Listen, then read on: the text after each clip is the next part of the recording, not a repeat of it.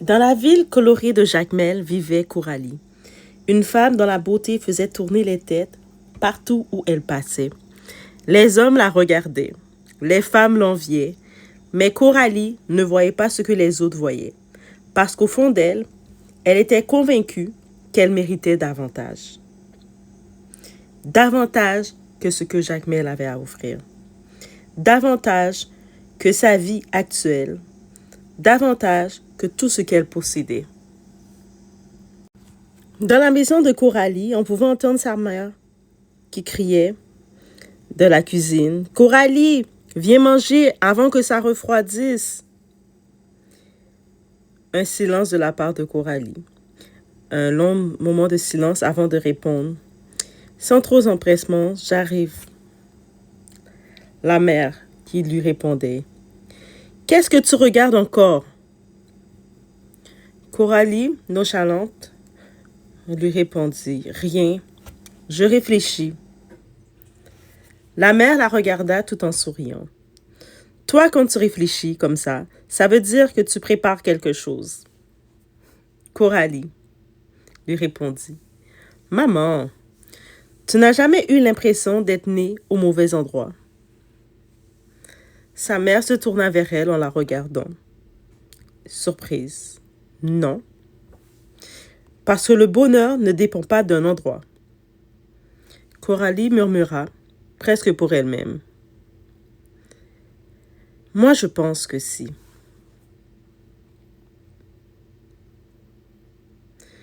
Coralie pouvait passer des nuits entières allongée sur son lit, lumière du téléphone sur son visage.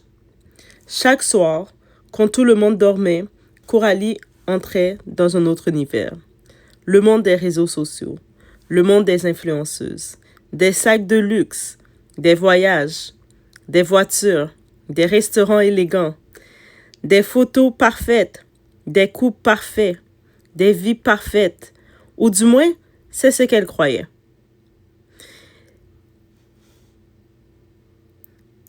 Coralie parlait à elle-même tout en chuchotant.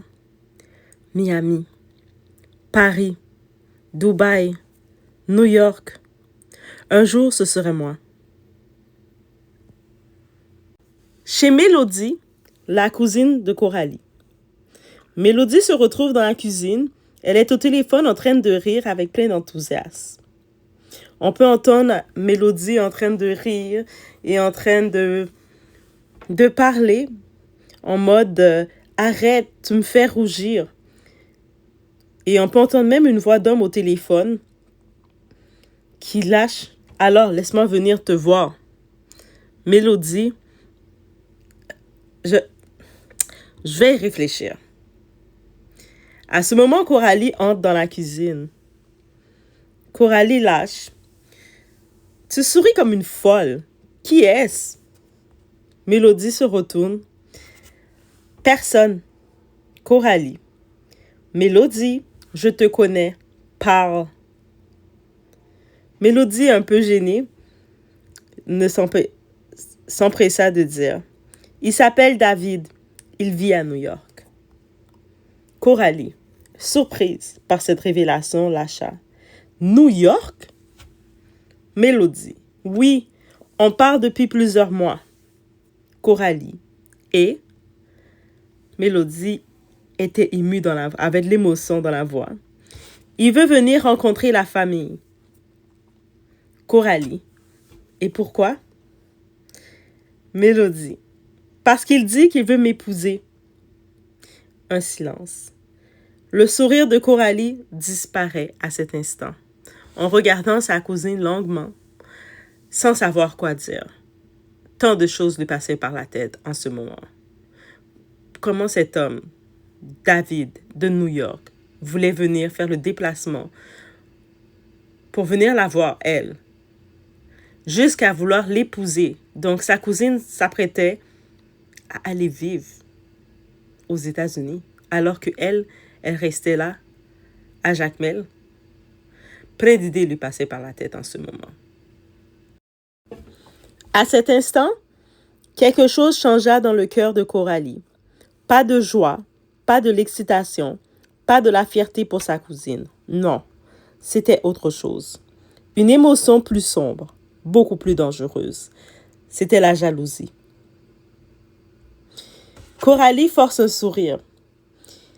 Oh, c'est magnifique. Je suis contente pour toi. Mélodie. Merci, cousine. Je crois que Dieu répond enfin à mes prières. Coralie. Ouais, peut-être. Seule dans sa chambre, Coralie regarde les photos de New York sur son téléphone. Cette nuit-là, Coralie ne dormit presque pas. Une seule pensée tournait dans sa tête. Toujours la même, encore et même. Encore et encore en boucle. Coralie se disait à elle-même, « Pourquoi elle? Pourquoi pas moi? » Elle regarde son reflet devant son miroir de sa coiffeuse. « Je suis plus belle, plus élégante, plus ambitieuse. » Un silence. « Cette vie, c'est moi qui la mérite. » L'arrivée de David. Quelques semaines plus tard, à l'aéroport, David arrive avec des cadeaux. David arrive enfin d'Amérique, de New York. L'homme dont Mélodie était tombée amoureuse. Cet homme qui devait être son mari. L'homme qui rêvait de construire une famille avec elle. L'homme qui ignorait encore que quelqu'un d'autre avait déjà commencé à le convoiter. Discrètement, Coralie observe David. Dans ses pensées, Coralie se dit « Alors, c'est lui. » David serre Mélodie dans ses bras. Ils sont aussi amoureux d'elle. David. Enfin, je suis tellement heureux de te voir. Coralie les regarde. Son regard devient froid.